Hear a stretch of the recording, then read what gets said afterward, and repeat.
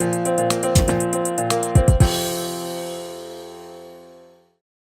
Monsieur le maire, est-il possible de refaire les marquages au sol? J'habite rue des Cordeliers.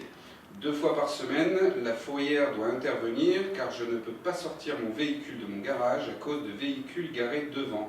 C'est une question de Monsieur Lesage Romain. Oui, monsieur Le Sage, écoutez, les problèmes de marquage sont assez traditionnels, notamment à cette époque de l'année. Bien évidemment, moi je vous engage à faire appel à notre service Castor ou directement auprès du secrétariat du maire adjoint en charge des travaux, Philippe Mousny, pour solliciter effectivement les services pour faire ces marquages. Simplement, on a souvent des difficultés parce que on va dire la fenêtre de tir pour faire les marquages au sol est assez limitée puisqu'il faut des conditions, je dirais, météorologiques spécifiques. Il ne faut pas qu'il pleuve, il ne faut pas qu'il gèle. Et c'est vrai que nous faisons donc ces interventions. Grosso modo, on va dire entre le mois d'avril et puis le mois d'octobre. Donc voilà, faites appel au service Castor surtout, et puis on interviendra le plus rapidement possible. Une question de Valérie. Est-ce que le quartier des Breuses va voir le jour?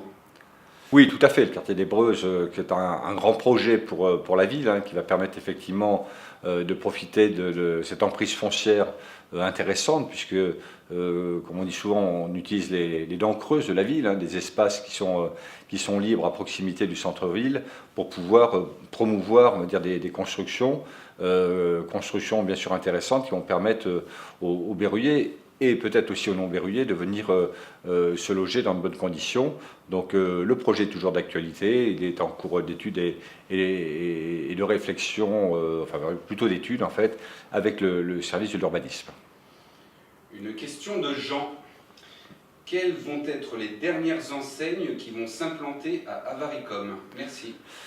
Écoutez, ça faudra plutôt se renseigner auprès de la direction d'Avaricom, hein, puisque vous savez que maintenant la ville n'a pas d'intervention particulière sur la ZAC Avaricom, hein, puisque nous sommes bien sûr pas propriétaires.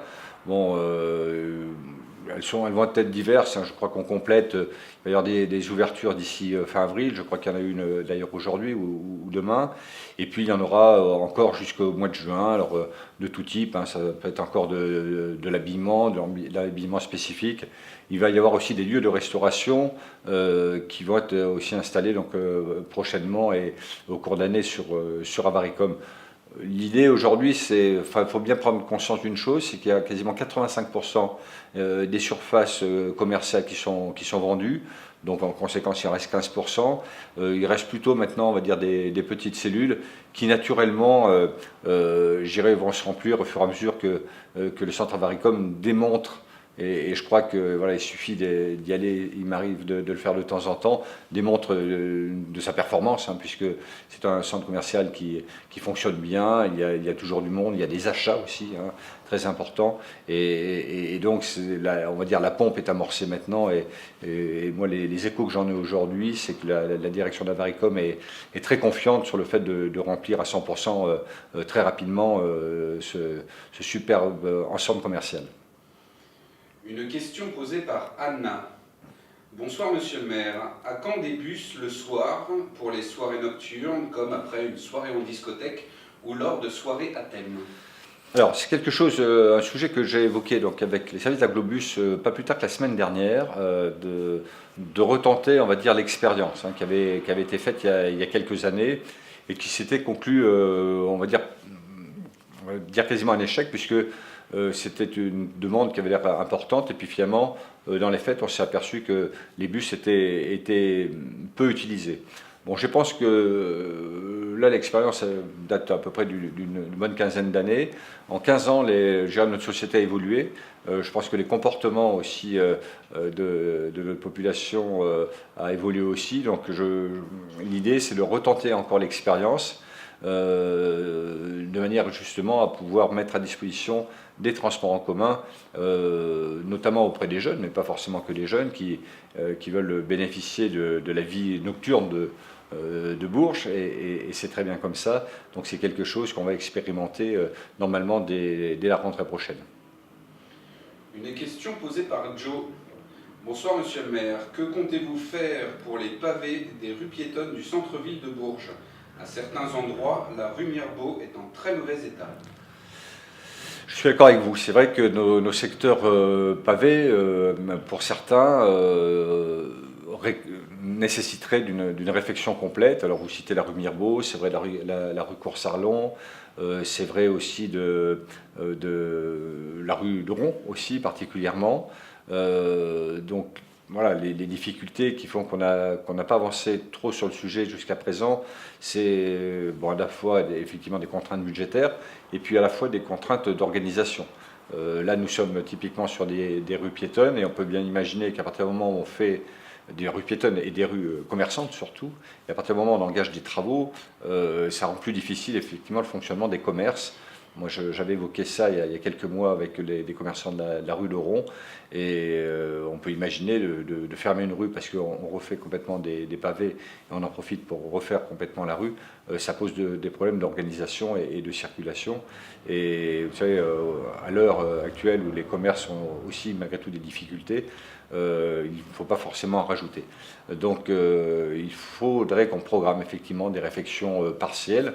On l'a déjà fait au cours du mandat précédent, notamment, souvenez-vous, à l'intersection de la rue Cours-Salon et la rue Porte-Jaune. On a fait tout un secteur pavé qui était en très mauvais état. Voilà, on va faire des opérations au fur et à mesure de réparation, mais surtout de réparation de qualité. Bon, il ne s'agit pas simplement de l'enrober à la place des pavés qu'on a enlevés, mais c'est de faire ça progressivement.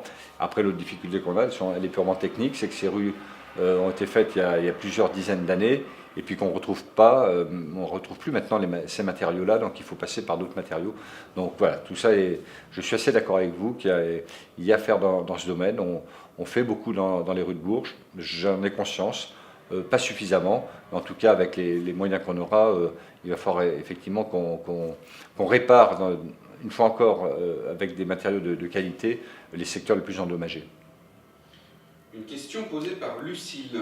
Bonsoir. Quand est-ce que les bases d'Intermarché et de Carrefour seront installées? Alors tout ça est en cours de finalisation des discussions. Très concrètement, là j'ai un rendez-vous dans les jours qui viennent avec ITM, hein, qui est, je dirais, qui est la société porteuse Intermarché sur la base logistique, pour signer le compromis de vente, hein, du terrain qui se trouve sur la voie romaine, hein, à proximité de l'échangeur. Donc il y a tout le processus d'acquisition, donc qui va signifier des travaux d'aménagement qui devraient démarrer ou fin cette année ou début de l'autre.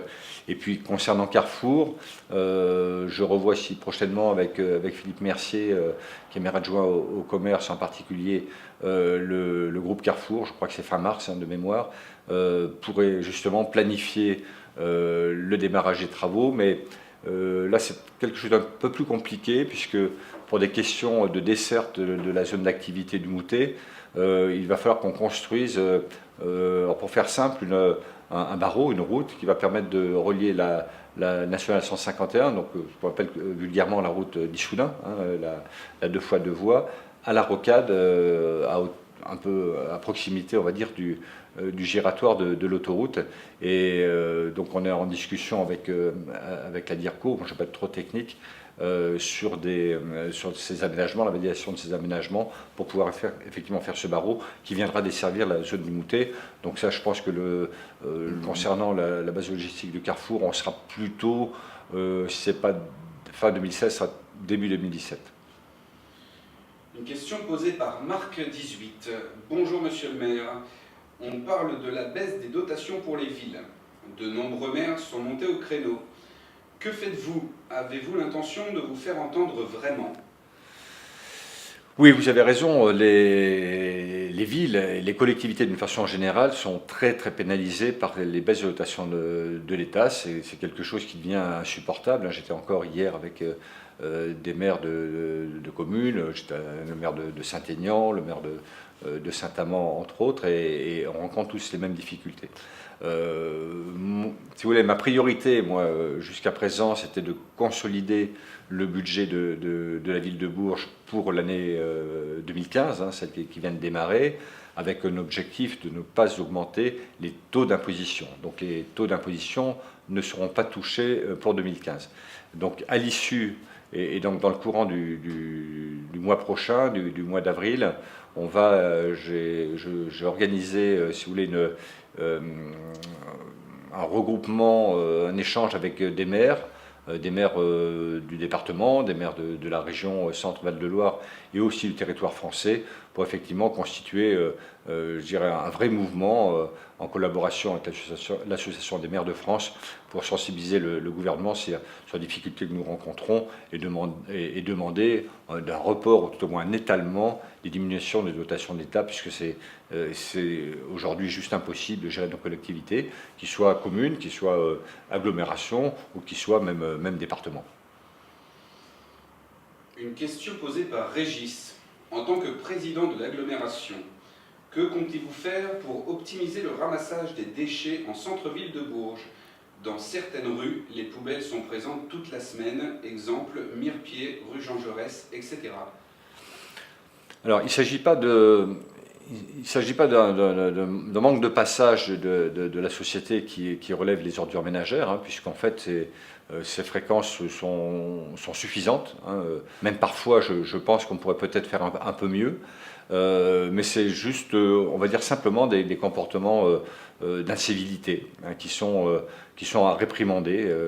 Moi j'ai un exemple, alors je ne sais pas si celui que vous avez cité, mais en particulier à l'entrée de la rue Jean Girard, vous savez, pas loin de l'église Saint-Bonnet, où systématiquement vous avez à cette entrée-là des sacs poubelles, des détritus qui sont déposés. Et ça, j'avoue que c'est quelque chose qui m'ulcère à chaque fois que je passe, tout simplement parce que les gens considèrent qu'ils doivent se débarrasser des poubelles et puis ils les posent ici, et puis il y a forcément les services qui viendront les ramasser. Oui, ils viendront les ramasser, mais pas à n'importe quelle heure du jour ou de la nuit, puisque les passages sont très établis avec des horaires très précis, et là je trouve parfaitement inadmissible qu'on puisse déposer des ordures ménagères dans une poubelle ou dans un sac plastique le matin, alors qu'on sait pertinemment que le ramassage aura lieu le soir. Donc nous avons des actions sur le sujet, à mon avis pas assez dissuasives, mais je pense que, c'est pas que je pense, c'est que je vais demander à faire en sorte que les amendes soient augmentées en valeur, parce que je trouve ça parfaitement scandaleux, et il nous arrive effectivement avec les services de police d'ouvrir les sacs pour vérifier à qui appartiennent ces ordures, puisqu'on retrouve parfois des courriers, un certain nombre de choses qui nous donnent des indices pour verbaliser effectivement ces actes d'incivilité. Mais je suis complètement d'accord avec vous. À l'époque, on veut donner une belle image de la ville, une ville qui s'est embellie, et puis on veut travailler sur l'attractivité de la ville. Et ben, c'est pas en laissant des ordures ménagères sur le bord de la route qu'on participe et qu'on contribue à cette belle image. Une question posée par Guillaume. Bonsoir, monsieur le maire, que faites-vous pour le tourisme? Alors pour le tourisme, ça rejoint pour la question précédente, ça fait partie effectivement le tourisme d'un outil qui doit participer à l'attractivité de la ville. Donc ce sont des actions sur lesquelles on réfléchit aujourd'hui en termes d'efficacité de notre communication par rapport au tourisme. Bourges est connue par un certain nombre d'atouts importants, bien sûr le patrimoine culturel, le patrimoine historique, et on a effectivement aujourd'hui une population de touristes qui viennent à Bourges. C'était je dirais une pointe de visite, notamment l'an dernier, suite aux 2 émissions de télé qui ont eu lieu sur le palais Jacques-Cœur. Ça a été très efficace, si je me réfère à ce qu'ont pu me dire notamment les hôteliers. Donc il faut qu'on travaille davantage notre communication, mais surtout qu'on la rende efficace. Faire de l'affichage dans le métro à Paris en parlant de Bourges, ça coûte très cher et ce n'est absolument pas efficace. Donc là, il y a plusieurs formules. La première, d'ailleurs, c'est j'étais en réunion avec le maire de Montluçon, le maire de Saint-Amand et le maire de Châteauroux, donc pas plus tard que vendredi dernier, où nous souhaitons effectivement nous associer, même si nous ne sommes pas dans le même département tous ou même dans la même région, de manière à ce qu'on puisse valoriser nos atouts, notamment nos atouts touristiques, au sud du Berry, puisque aujourd'hui les touristes plus naturellement vont jusqu'au Château de la Loire, notamment les touristes étrangers, et puis on oublie un peu le sud de la région centre ou le nord de la région Rhône-Alpes-Auvergne en ce qui concerne Montluçon. Donc là, on va mutualiser et on va travailler ensemble justement pour avoir travailler sur l'attractivité de ce secteur-là, avec un gros avantage qu'on a sur le sud de cette région, c'est l'aéroport de Châteauroux, qui est un aéroport qui est utilisé aujourd'hui par certains avions de ligne, des charters en particulier, et l'idée c'est de monter toute une organisation autour des atouts touristiques de ces villes et bien sûr de ces territoires. En plus, moi je crois beaucoup, et les démarches ont été aussi engagées dans ce sens par mon adjoint en charge du tourisme, c'est d'arrêter à ce que les villes qui ont un office de tourisme travaillent toutes seules pour leur propre périmètre.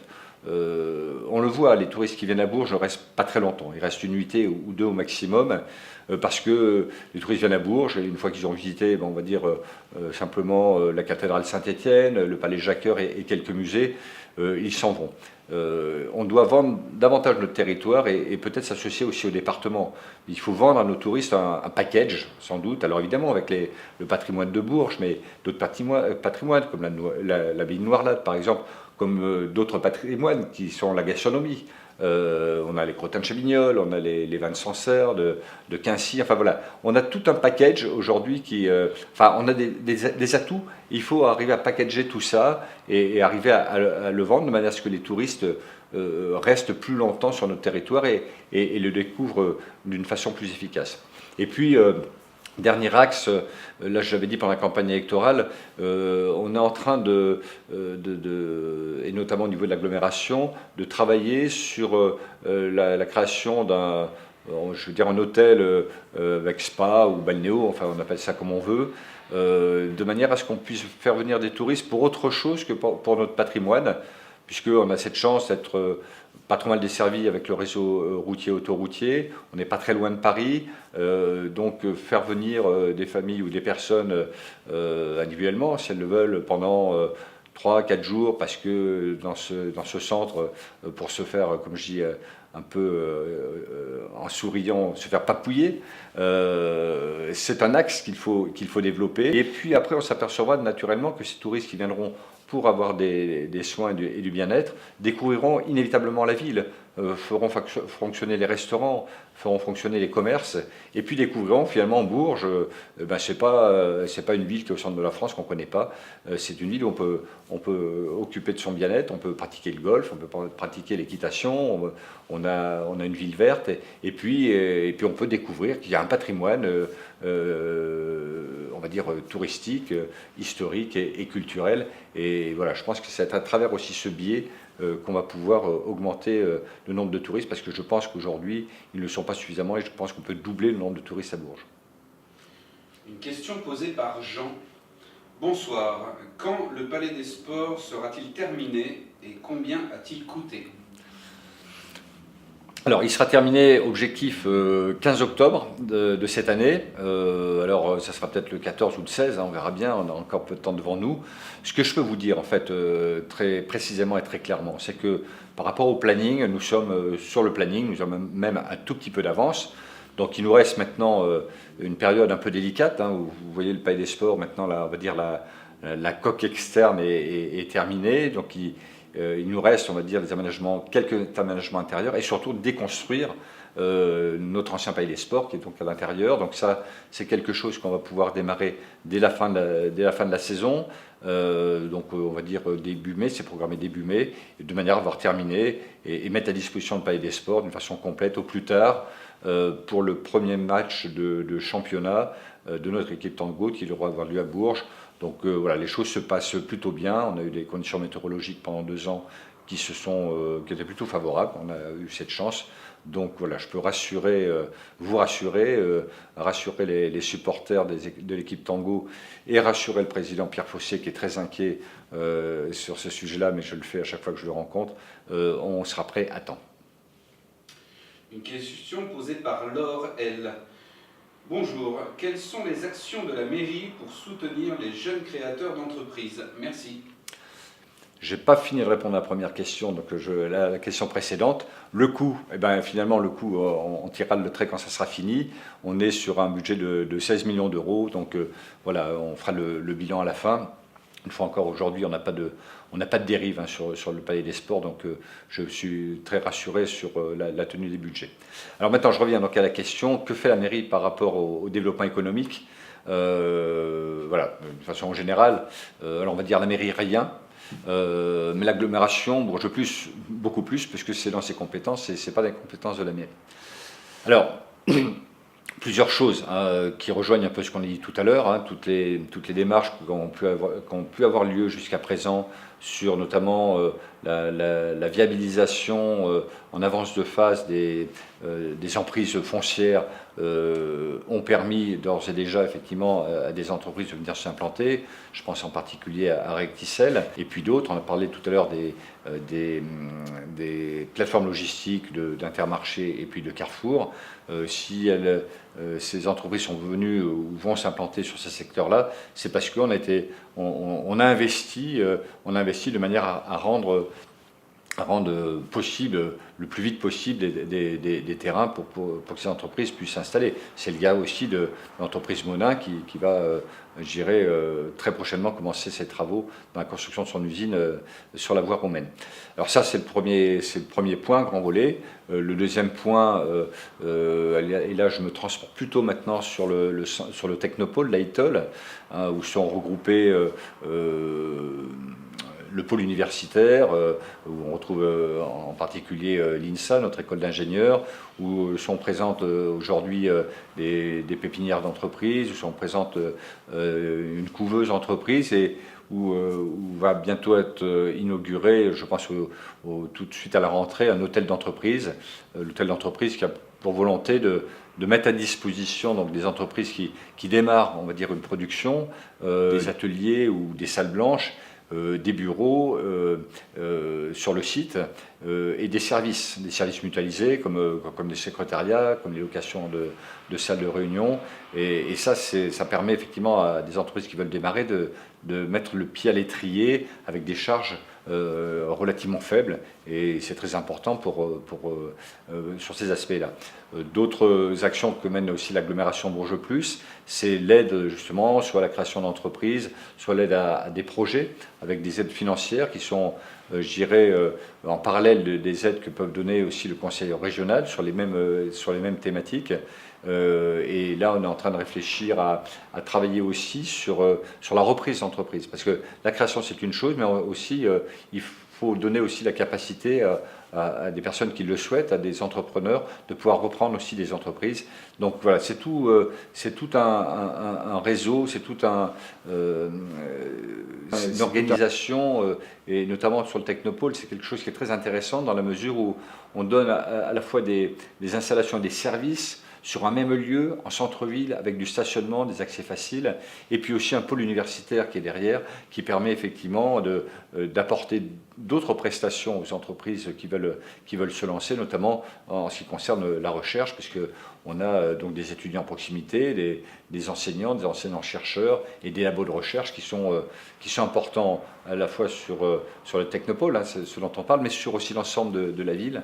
J'ai pu m'en rendre compte encore ce matin, puisque j'ai visité donc l'IUT de Bourges, et j'avoue que je connaissais l'IUT, mais pas j'irai dans ce détail-là, et on a des laboratoires de recherche exceptionnels qui travaillent avec beaucoup de pays étrangers. Donc voilà, on a sur Bourges des atouts, là aussi, il faut les expliquer, il faut les vendre, il faut prendre sa mallette, il faut se déplacer et puis expliquer que à Bourges ou sur l'agglomération, on a des entreprises qui marchent, Je parlais de Mona, je parlais de Recticel, je pense à Secotout, je pense à plein d'entreprises qui fonctionnent très bien et qui embauchent. Si elles ont été capables, elles, de le faire sur le territoire, d'autres peuvent le faire. Une question posée par André. Bonjour Monsieur le maire. La ville de Bourges a-t-elle toujours le projet de réalisation d'une passerelle sur Lièvre en face le Caraqui? Merci de votre réponse. Alors aujourd'hui, c'est absolument pas d'actualité. Donc là, je vais être très clair, c'est plus du tout d'actualité. Bon, je sais que c'était un projet qui avait été avancé il y a quelques temps. Très précisément, quand on interroge notamment les gens qui pratiquent les marées, hein, qui soit les maraîchers d'ailleurs, soit les promeneurs, ce n'est pas une exigence importante et ce n'est pas une priorité. Donc vous savez, dans ces périodes où il faut justement qu'on gère les priorités eu égard aux contraintes budgétaires que la ville a, voilà, ce type d'investissement est pour l'instant reporté. Ça ne veut pas dire qu'on ne le fera pas un jour, mais ce n'est pas prioritaire pour l'instant. Une question posée par Johan. Comment se situe Bourges par rapport aux autres villes concernant le respect de l'environnement et le développement durable? Alors, il n'y a pas réellement de classement aujourd'hui formel à ma connaissance, à moins que vous ayez des informations. Je crois que nous sommes une ville qui doit être bien située s'il y avait un classement. Bien sûr, il y a toujours à faire, il y a toujours à progresser, il y a toujours une marge de progression. Malgré tout, on a d'abord la chance d'être dans une ville de province. Voilà. On a la chance d'être dans une ville, on va dire, verte. Pourquoi? Parce que nous avons d'abord la chance d'avoir 135 hectares de marais en cœur de ville de Bourges, donc ça c'est quelque chose de fondamental. Nous avons la chance d'avoir beaucoup de cours d'eau aussi, hein, qui sont au nombre de plus d'une dizaine qu'il faut traiter. Alors c'est pas sans générer des contraintes, mais voilà, on est une ville verte, une ville bleue, hein, avec ces cours d'eau.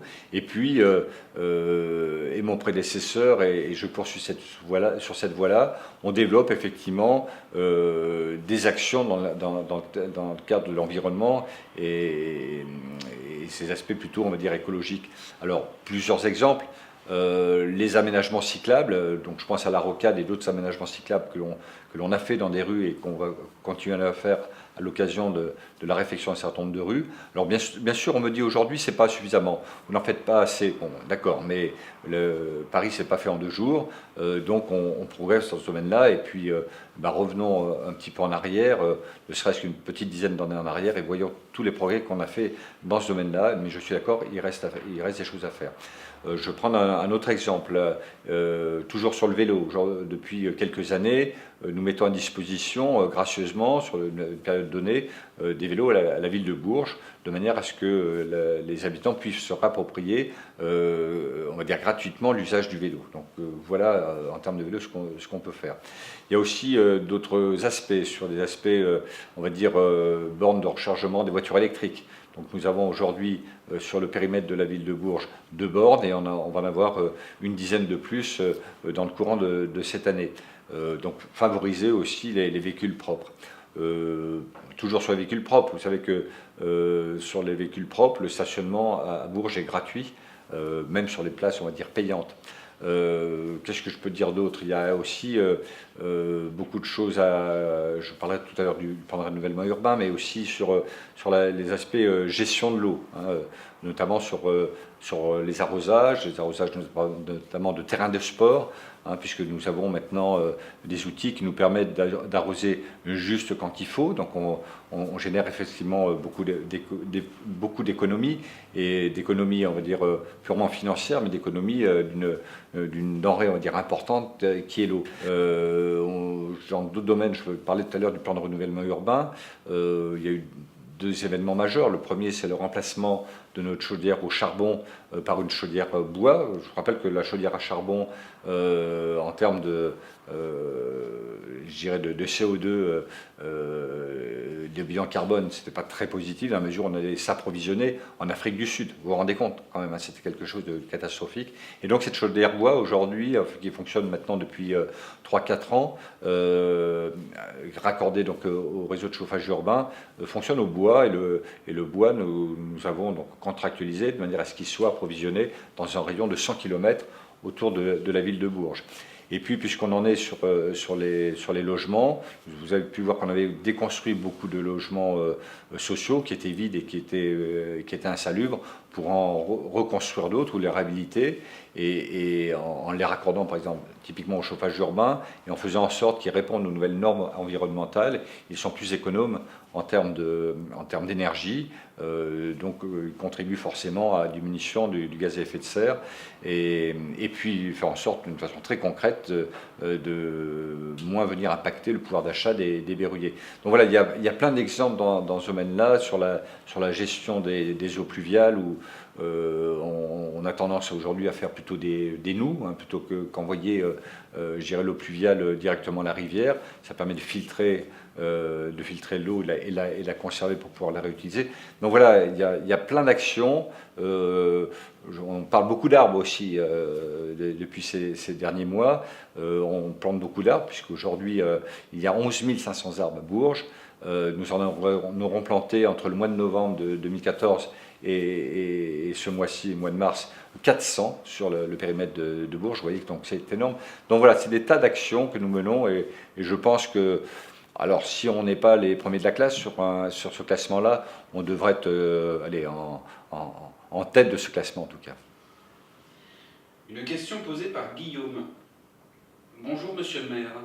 Pourrions-nous savoir où en est la désinsectisation de l'hôtel L'Allemand ?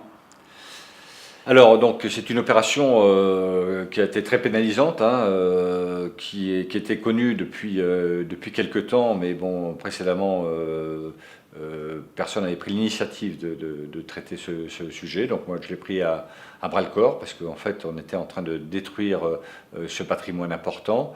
Donc, les opérations ont démarré en fin d'année dernière et devraient se terminer très prochainement, l'objectif étant qu'on ait terminé courant mai. De manière à pouvoir réouvrir, on va dire, les musées en période estivale, là où les touristes viennent le plus souvent à Bourges.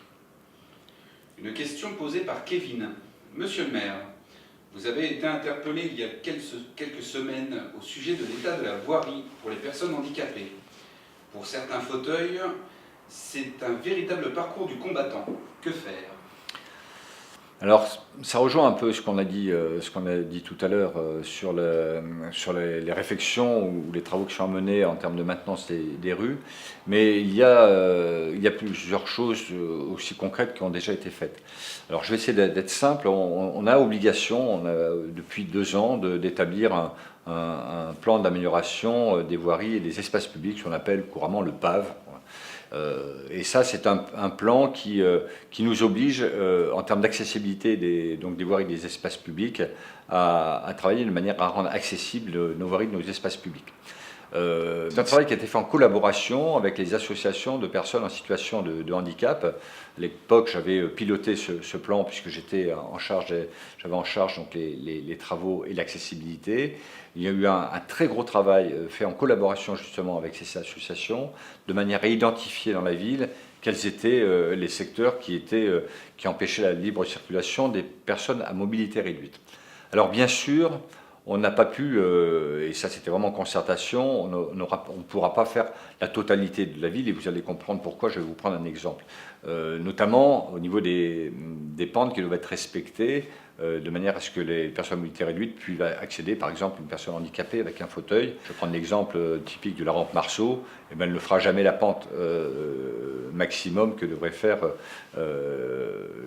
justement les pentes pour pouvoir faire en sorte que ces personnes puissent accéder. Bon, voilà, donc on a des incompatibilités, on va dire, physiques qu'on ne saura pas résoudre. Donc le choix qui avait été fait, une fois encore en concertation, c'était de se dire, travaillons d'abord sur les voiries qui semblent le plus, les trottoirs, les espaces publics les plus utilisés. Donc on avait sélectionné avec les associations un certain nombre de rues et d'espaces, et notamment, pour faire simple, celles qui étaient plus utilisées, c'est celles qui permettent de rejoindre les grandes infrastructures, la gare de Bourges, la mairie, le service des impôts, la caisse d'allocation familiale, la CPAM, enfin tous ces grands établissements. Et puis la cohérence, quand on construit un palais des sports, bien sûr qu'il sera accessible, c'est de faire en sorte au moins qu'on puisse accéder au palais des sports sans difficulté. Donc ce plan, on l'a chiffré à peu près un peu plus d'un million d'euros, je crois que c'était 1,2 million, et on a donc décidé de budgéter 100 000 euros à peu près par an, de manière à pouvoir solutionner en fait, ces problématiques sur ces lieux, une fois encore, qui ont été définis en concertation avec les associations les personnes en situation de handicap, sur une période de 10 ans. Alors ce plan, qui est un document hein, qui a été fait, et doit être reproposé en plan d'avancement tous les ans au conseil municipal et remis à la préfecture, qui s'assure que tout ce qu'on avait prévu d'être fait a bien été fait, et puis dans quel cas aussi qui s'assure qu'il y a peut-être des choses qui avaient été prévues d'être faites et qui n'ont pas été faites, et par contre on a fait d'autres qui n'étaient pas prévues d'être faites. Donc voilà, c'est vraiment valider qu'on s'occupe de la question et qu'on rend accessible une fois encore les rues, les espaces les plus utilisés, parce qu'on sait très bien qu'il y a des endroits qu'on ne pourra pas traiter. Ça, c'est sur les espaces publics. Et les bâtiments municipaux, eh ben, c'est le même travail que l'on a fait, après un travail de diagnostic.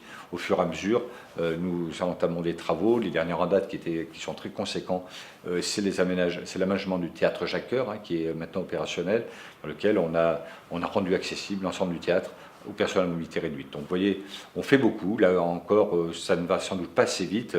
Il y a encore beaucoup à faire, mais c'est quelque chose qu'on a pris à bras-le-corps et qui avance. Bonjour Monsieur le maire, une question posée par Hélène. À Avaricom, on parle d'un parking trop grand pour le nombre de visiteurs du centre commercial, alors même que les voitures se garent sur les pistes cyclables aux abords du centre. Que pouvez-vous faire ? Informer que ce parking même s'il est privé, qu'il n'est pas cher, hein, puisque en fait aujourd'hui je crois que c'est 1 euro les 2 premières heures, et puis verbaliser ceux qui se garent mal. Voilà. En résumé, c'est ça. Je pense que, effectivement, j'ai lu dans la presse récemment que le parking était trop grand. Alors c'est quand même des choses assez paradoxales, parce que tout au long du déroulement du projet, on nous serinait tous les jours, que le parking serait trop petit, et maintenant on nous dit qu'il est trop grand. C'est quand même quelque chose de paradoxal. Je crois que simplement c'est aussi une question d'habitude. Hein, voilà à peine un mois que Avaricom est ouvert. Vous savez, les berruyers sont très conservateurs, comme ils sont très français aussi et conservateurs, donc il faut changer les habitudes.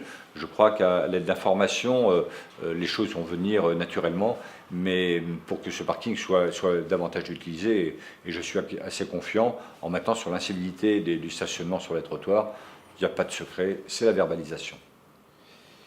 Une question posée par Pierre.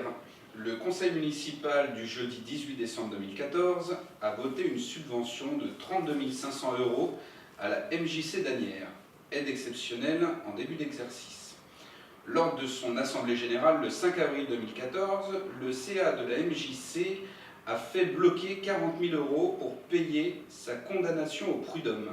Est-il normal que l'argent des berruyers serve à payer cette condamnation ? Je trouve que le lien est un peu court. La MJC d'Asnières est une grande association, d'ailleurs, comme d'autres hein, sur la ville de Bourges, et qui participe activement à la vie de Bourges, du quartier d'Asnières en particulier.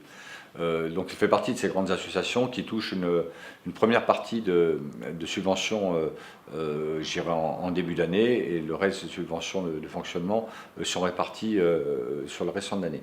Il ne faut pas mélanger les deux choses. Effectivement, il y a eu des difficultés au sein de cette association qui emploie des salariés avec le président et des employés, et ça, je dirais, c'est de la gestion d'ordre privé, propre à une association, et si effectivement il a été prévu 40 000 euros de gelée pour traiter éventuellement ce sujet, les 32 000 euros dont vous parlez ne viennent pas directement abonder justement ce besoin de subvention pour traiter le sujet.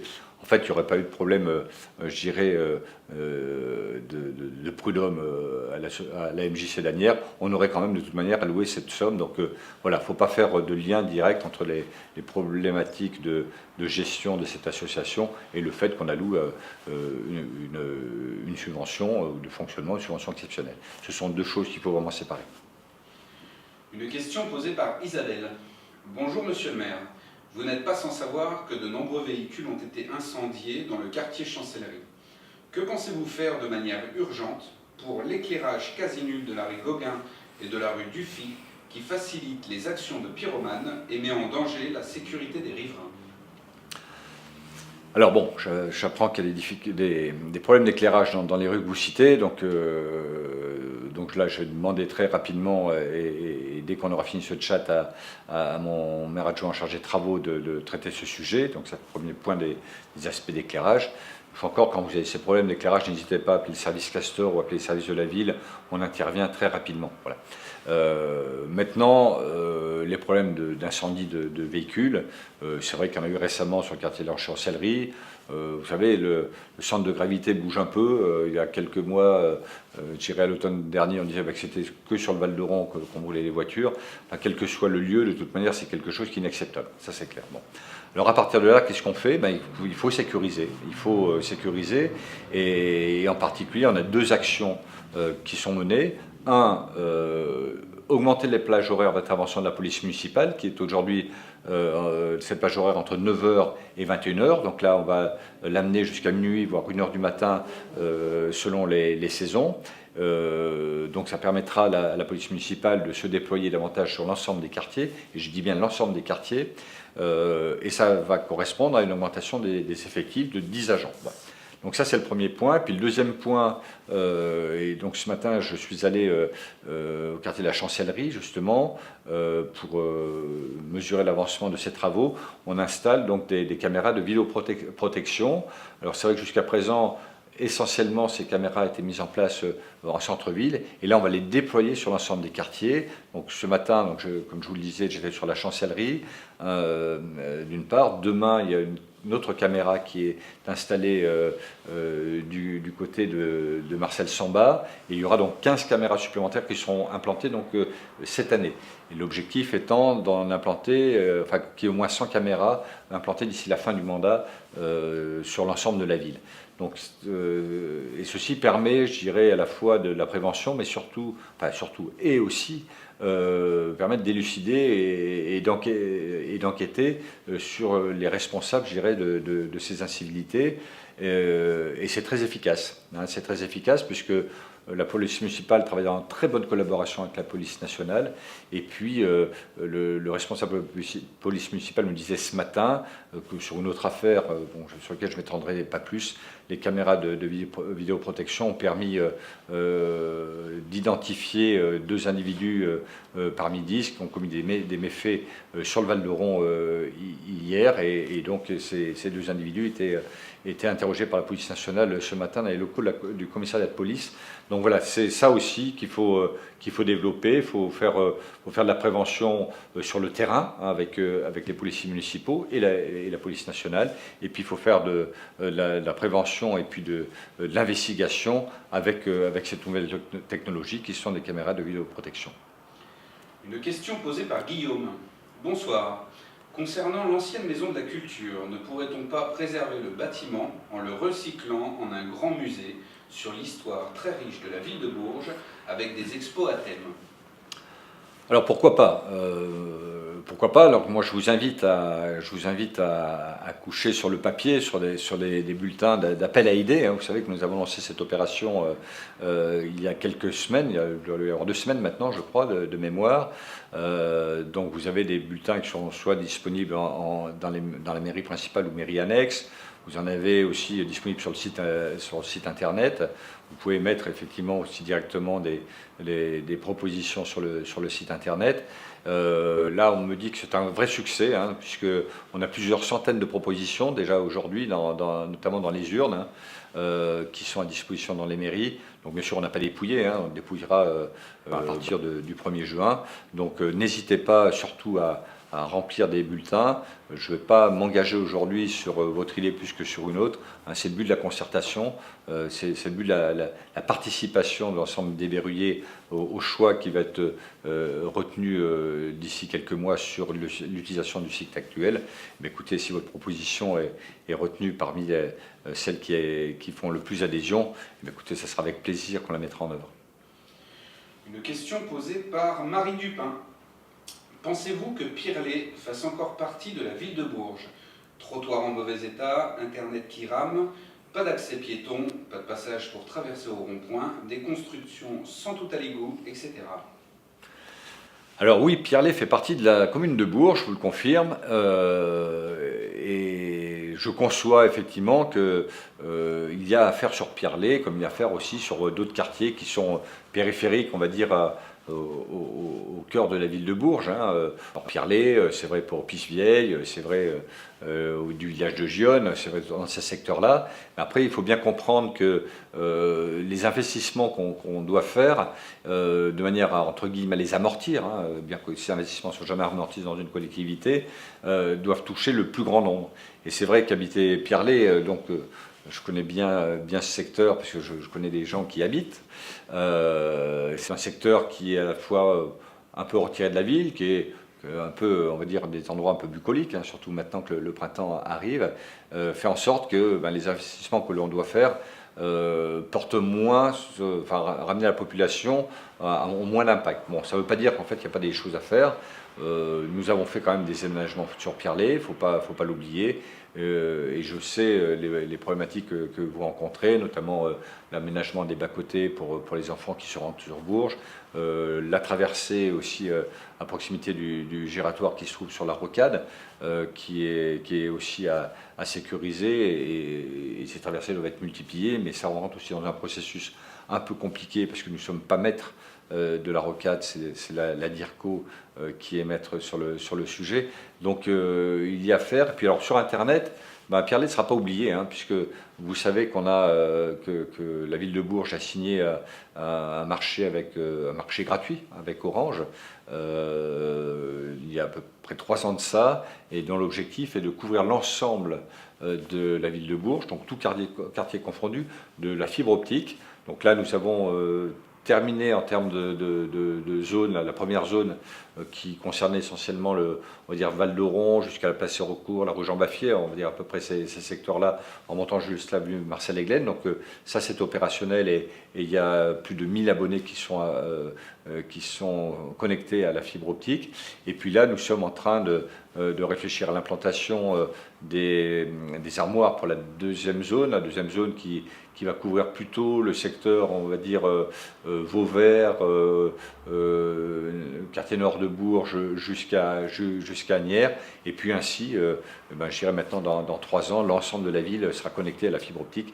Voilà, il faut un peu de patience, mais très bientôt, vous aurez le très haut débit à Pierrelet. En tout cas, nous œuvrons dans ce sens-là. Une question posée par Flavie. Bonjour, est-il prévu d'autres job dating à la mairie pour Avaricom ou autre? Oui, tout à fait. Vous savez que le sujet de l'emploi est un sujet majeur que nous avions d'abord mis en avant pendant la campagne électorale des municipales jusqu'à l'année dernière. C'était le ressenti de la population. Et donc, l'outil job dating est quelque chose qui fonctionne bien. On a pu le voir effectivement pour Avaricom. On a pu, je dirais, mettre à disposition des infrastructures dans le hall de la mairie pour pouvoir faciliter le recrutement des salariés d'Avaricom. Donc, d'ailleurs, les responsables des magasins ont été très agréablement surpris par toute l'énergie et les moyens que la ville de Bourges a mis en place pour pouvoir répondre favorablement et rapidement à ces demandes de recrutement. Et puis, l'idée a fait son chemin, c'est que aujourd'hui, moi je sais pertinemment, puisque je visite souvent des entreprises de l'agglomération, qu'il y a des entreprises qui embauchent. Paradoxalement, on pourrait croire qu'aujourd'hui c'est la crise, mais non, il y a des entreprises qui embauchent. Et elles ont du mal à embaucher parce que les structures, on va dire, traditionnelles ne répondent pas à leurs attentes. Et donc nous envisageons donc très prochainement, et donc c'est une des responsabilités de mon adjointe en charge de l'emploi, Christelle Prenoy, de monter d'autres job settings pour répondre justement effectivement à ces besoins des entreprises de recruter, et puis de pouvoir proposer bien sûr aux berruyers et puis aussi aux habitants de l'agglomération de ces offres d'emploi. Donc outil efficace, on a montré l'efficacité, donc on va poursuivre. Une question posée par Véronique. Pendant votre campagne, vous êtes venu plusieurs fois dans la rue d'Oron et vous aviez dit vouloir la revaloriser. Que comptez-vous faire? Alors la revaloriser, c'est pas la seule responsabilité, je dirais, de la collectivité, hein. Revaloriser une rue, évidemment la collectivité doit y participer, mais c'est aussi la responsabilité des commerçants, c'est la responsabilité des habitants qui peuvent mettre en place des animations pour rendre le plus attractif. Là, donc, on a mené, notamment vis-à-vis des commerçants, plusieurs opérations. La première, c'est de mettre en place sur une dizaine de plages, je crois que c'est 11 exactement, une zone bleue, hein. Donc ça, c'était quelque chose qui avait été imaginé avec les commerçants l'année dernière. Donc c'est à titre expérimental, ça a l'air de fonctionner. Donc peut-être qu'on développera après, on va dire, quelques mois de fonctionnement, ce principe de zone bleue à l'ensemble de la rue. Donc ça, c'est une première chose. Deuxième chose, nous avons mis aussi, à la demande des commerçants, une signalétique en bas de la rue de Ron, quand on vient du pont de Ron, pour accéder au centre-ville. Donc on a un ou deux panneaux, je crois, centre-ville, qui permettent de guider les gens qui viennent du pont de Ron au centre-ville via la rue de Ron pour qu'on la découvre. Et puis là, nous sommes en train de regarder avec Philippe Mercier, plus exactement, et certains commerçants de la rue de Ron, une signalétique qui permet de faciliter, je dirais, l'accès et surtout la connaissance des activités commerciales de la rue de Ron.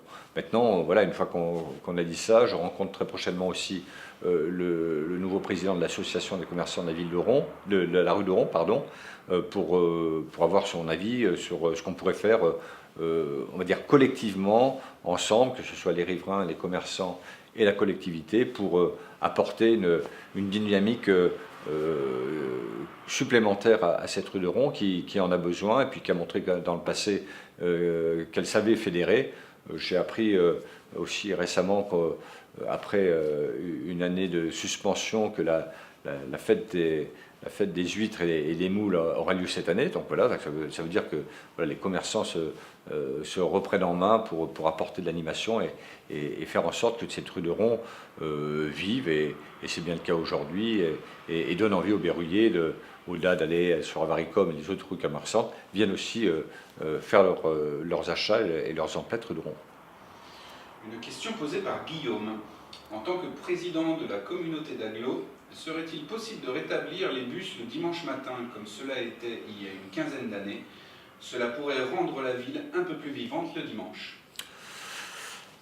Alors, ça rejoint un peu une question qui était, je crois que c'était la première question qui m'était posée au début de cette séance, ou la deuxième, sur les bus le soir. Donc, pour être précis, on ne va pas mener des opérations de tests tout azimut. Aujourd'hui, la priorité qu'on va donner à titre expérimental, c'est de mettre certains jours de la semaine un certain nombre de transports en commun le soir, hein, de manière à ce que les jeunes essentiellement puissent profiter de la vie nocturne de Bourges et puissent rentrer en toute sécurité chez eux, s'ils rentrent chez eux. Après, on verra quand on aura fait fonctionner, je dirais, ou démontrer que ce système fonctionne, aller un peu plus loin pour mettre des bus en place le dimanche matin. Mais une fois encore, ce sont des choses qui ont fonctionné à un moment donné et puis qui ne fonctionnaient plus après. C'est la raison pour laquelle elles ont été abandonnées. Maintenant, la société évolue, hein, en l'espace de 20, 15 ou 20 ans. Donc c'est sans doute par des tests qu'on démontrera ou pas qu'il est nécessaire de remettre en place les bus le dimanche matin. Mais d'abord, première phase, priorité le soir. Une question posée par Sandra. Bonjour Monsieur le maire, voilà 1 an que vous êtes élu. Si vous deviez faire un bilan, quelles sont concrètement les erreurs et les réussites de votre première année? Alors, bon, ça c'est compliqué de faire un bilan. Les erreurs, sans doute qu'il y en a eu. Là, je fais mon mea culpa, j'ai aucun souci par rapport à ça. Des erreurs peut-être plus, on va dire, essentiellement en termes de communication. C'est vrai que un début de mandat, c'est toujours compliqué, et c'est souvent compliqué quand on est un nouveau maire, parce qu'on découvre la fonction, hein, même si on a été élu précédemment en tant que maire adjoint, on découvre la fonction. Et on découvre aussi la fonction de président de l'Aglo quand on cumule ses fonctions, et c'est mon cas. Et c'est vrai que là, il faut du temps pour appréhender un peu le fonctionnement et appréhender effectivement les dossiers. Bon. Et puis il y a des priorités. Moi j'avais plusieurs priorités. D'abord voir clair sur les aspects budgétaires. Et je pense qu'il était effectivement urgent de le faire. Et puis arrêter l'hémorragie interne de l'agglomération parce qu'il y avait d'autres problèmes par ailleurs. Donc ça, c'était ma priorité du moment. Et puis, fort de ça, effectivement, d'autres dossiers sont arrivés, notamment le dossier de la maison de la culture. Quand je dis qu'ils sont arrivés, ils étaient déjà présents. Mais le sujet s'est un peu accéléré. Et c'est vrai qu'en termes de communication, moi, je fais mon mea culpa, notamment sur le skatepark.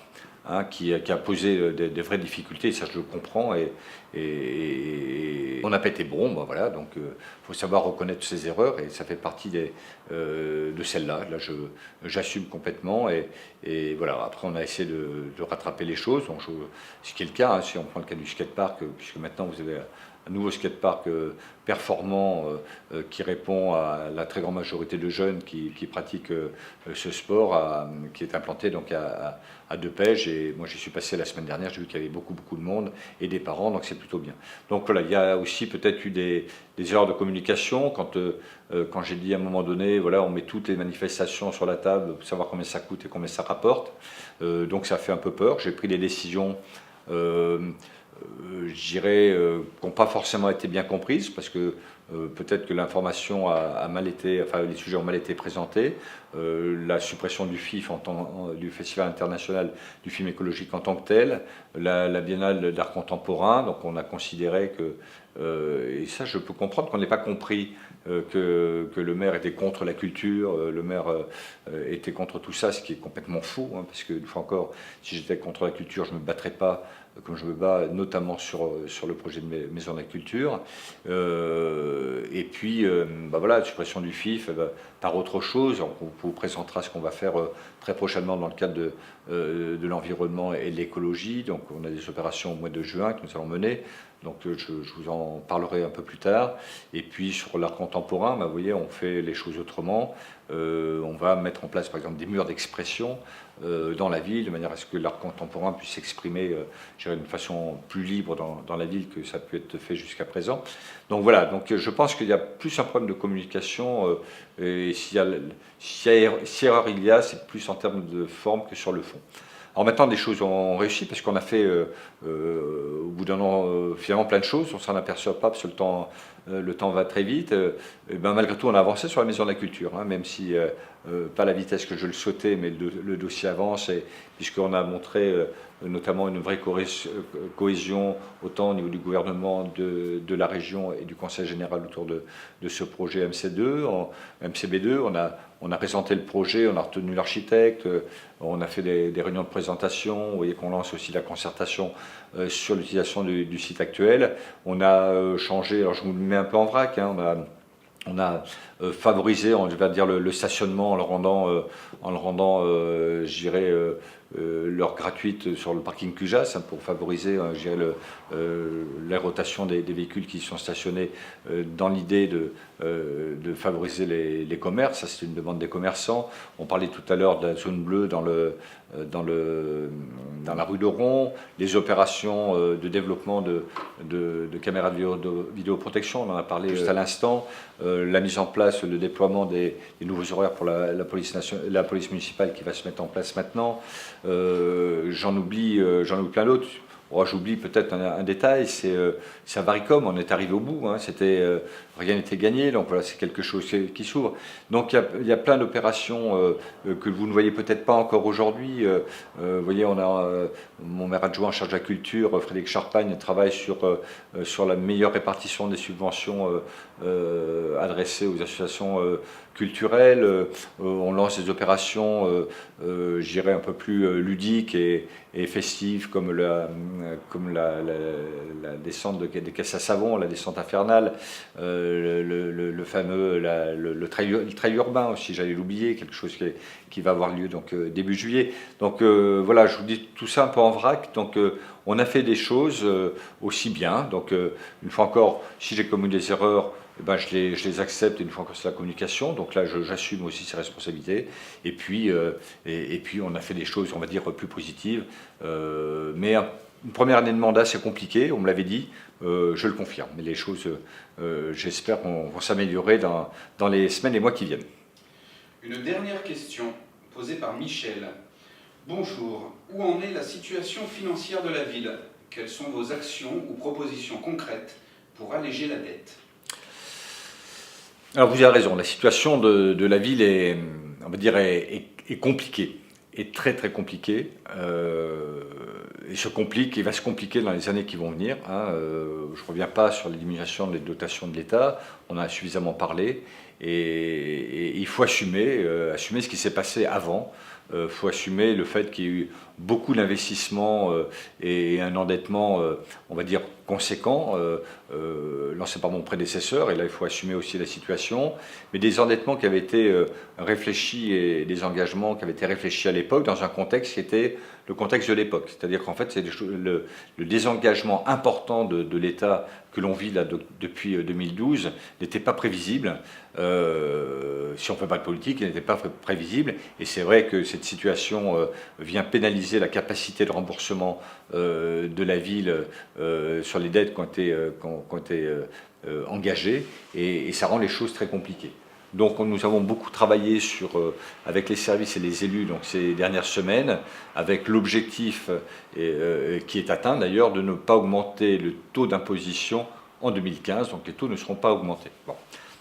Maintenant, c'est la suite qui est importante, puisqu'il faut continuer effectivement à faire vivre cette collectivité. Il faut faire en sorte qu'on puisse assumer ces remboursements de la dette, et il faut continuer à investir. Bon, pourquoi continuer à investir? Parce que investir dans une ville, eh ben, c'est la faire évoluer, c'est l'embellir, c'est participer à son attractivité, puis c'est aussi, avec les investissements, permettre de donner aussi un développement économique aux entreprises locales, donc de l'emploi, pérenniser l'emploi et voire même en créer. Donc c'est là la difficulté, mais voilà, je crois qu'il faut être très clair. La ville est dans une situation budgétaire très très compliquée. Voilà, bah écoutez, il faut assumer aussi les décisions qui ont lieu avant. C'est ma responsabilité. J'ai accepté cette fonction avec tous les avantages, mais alors aussi avec les inconvénients. J'ai été élu pour ça. Bah écoutez, je prendrai mes responsabilités.